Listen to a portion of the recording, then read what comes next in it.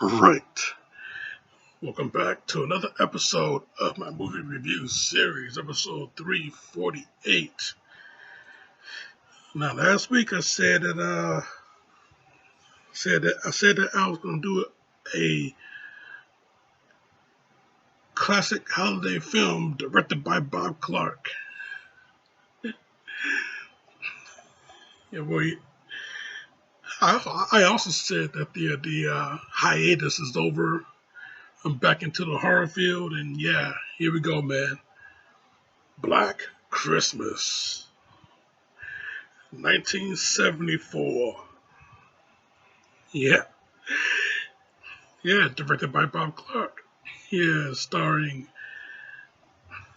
Olivia Hussey, Keir Dullea, Margot Kidder before we knew her as Lois Lane, John Saxon before we knew him as Donald Thompson, Nancy's daddy in Elm Street. But yeah, man. Yeah, yeah, Black Christmas. 74 Black Christmas. The original Black Christmas. Yeah, this movie, man. What a suspenseful film this is. Very suspenseful. Yeah, and basically, the premise is basically it's based off, kind of, sort of based off of the urban legend where the babysitter is you know sitting alone in the house, and she gets these weird phone calls, and then she finds out that the phone calls are coming from inside the house. After she calls the police and they traced it and stuff like that. Well, that's almost exactly what this movie did. You know, it had it had the obscene phone call. Only thing is, it's in a sorority house. So yeah, these girls are getting these familiar obscene phone calls. They even got the name for the caller, calling him the moaner. Every time they pick up the phone, that's all he does, man. He makes moaning sounds. He rants. He screams. I mean, sound like this guy got some strange, serious mental problems. So yeah, one Christmas party. Yeah, he makes the call to the house. You know, one of the girls, Jess Bradford, she picks it up. You know, calls the other girls over. You know, and yeah, she just hears hears all this craziness going on. And then here's the thing. One of the girls, Barb, yeah, she gets the phone. Yeah, she listens in, and yeah, she starts to cuss the motherfucker out. You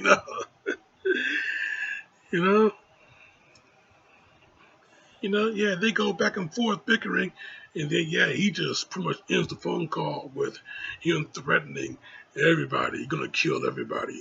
So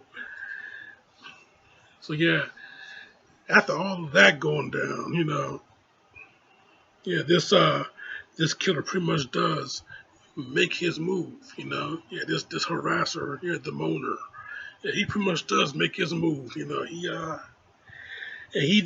goes by each one of the girls one by one. First one will be this girl named Claire. Yeah, he catches her. Plots a bag over the head, and yet he plots a bag over the head. Suffocates her, drags her up into the attic where he is hiding. Sits her in the rocking chair, and yet there we have the thumbnail for you. And then yeah, he takes out the house mother, this drunken house mother. Yeah, what's his name? What's her name? Mrs. McHenry. Yeah, he takes her out, After she discovers Claire's body, she takes her out with a, a hook on a crane, swings it towards her face. And yeah, I tell you, man, I tell you, yeah, beforehand, when I say drunken house mother, I tell you, yeah, she's one of those, she's one of those, hide the booze anywhere, yeah, she got a book where, a few of the pages is torn out, cut out anyway.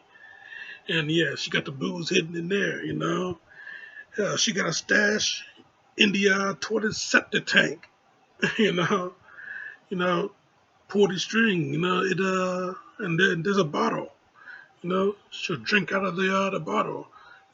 I mean, yeah, craziness.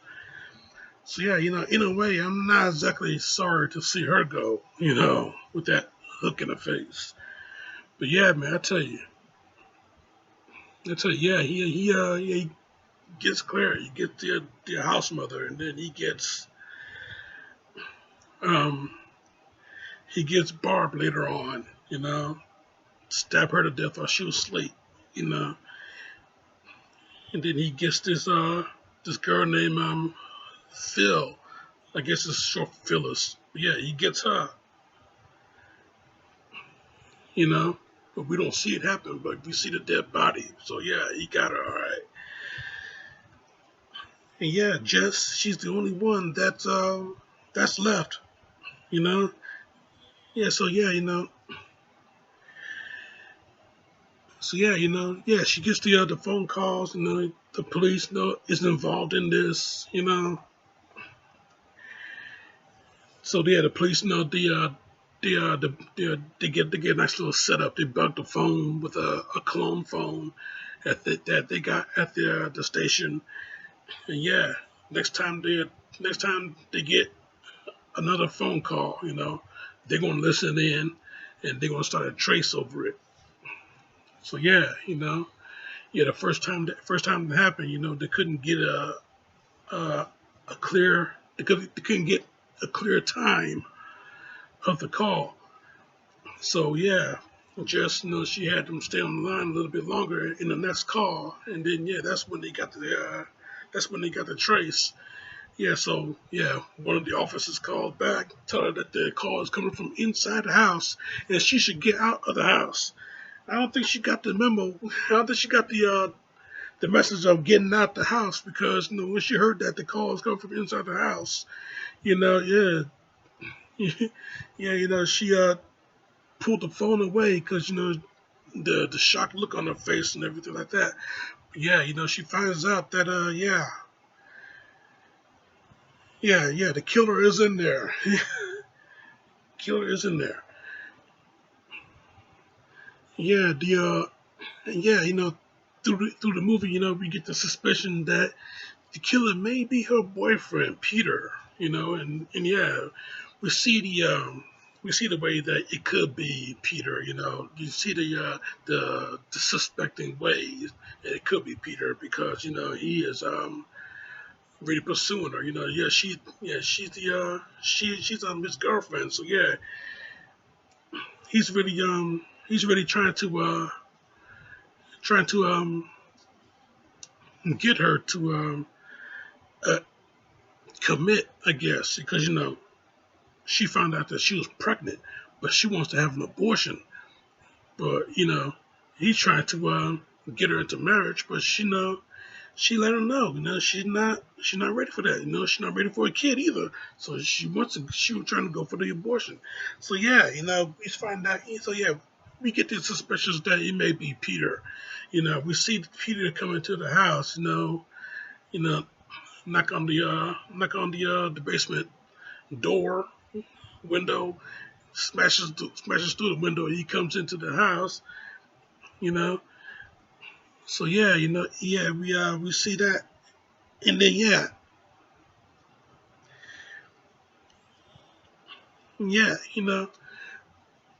a lot of mayhem ensues. We see we don't see what we don't see, but we do hear. Yeah, we hear the cops is outside. We hear um, Jess's screams. Yeah, so the cops come in. They see Peter on they see Peter dead. They figure that she took him out because she took him out under self defense because he was suspected to be the killer. So yeah, the cops figure the case is over. We got the guy, and yeah, she so yeah, they take her to bed, sedated, and sedated, leave her. A cop is outside keeping watch, only to find out that not only the house wasn't thoroughly searched, but the killer is still there, hiding in the attic. And the movie ends as we hear the phone start to ring again. You know, you know, yeah, the girl. I mean, yeah, Jess. She's in the house, safe, but the phone starts to ring again, and yeah,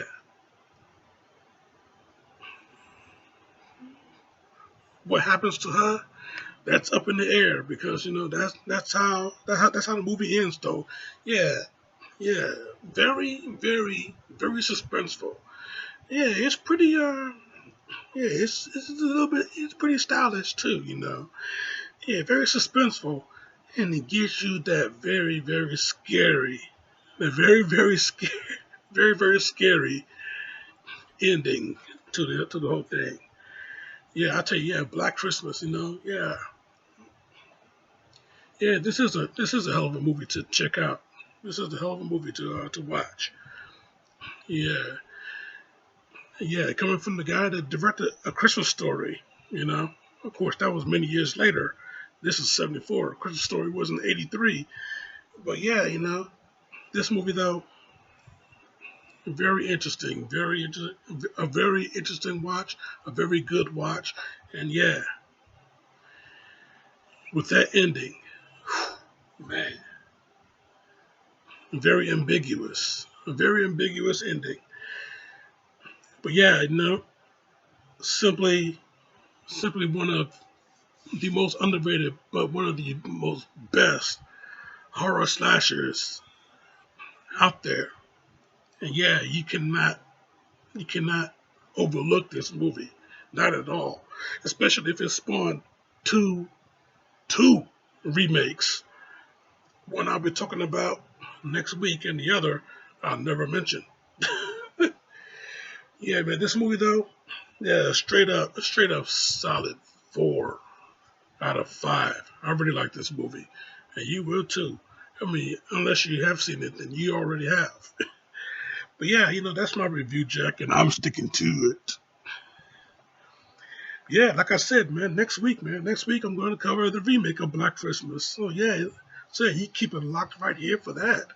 Check out my other shit right here. Subscribe to me right here. But in the meantime, in between time, Jack, this show is off.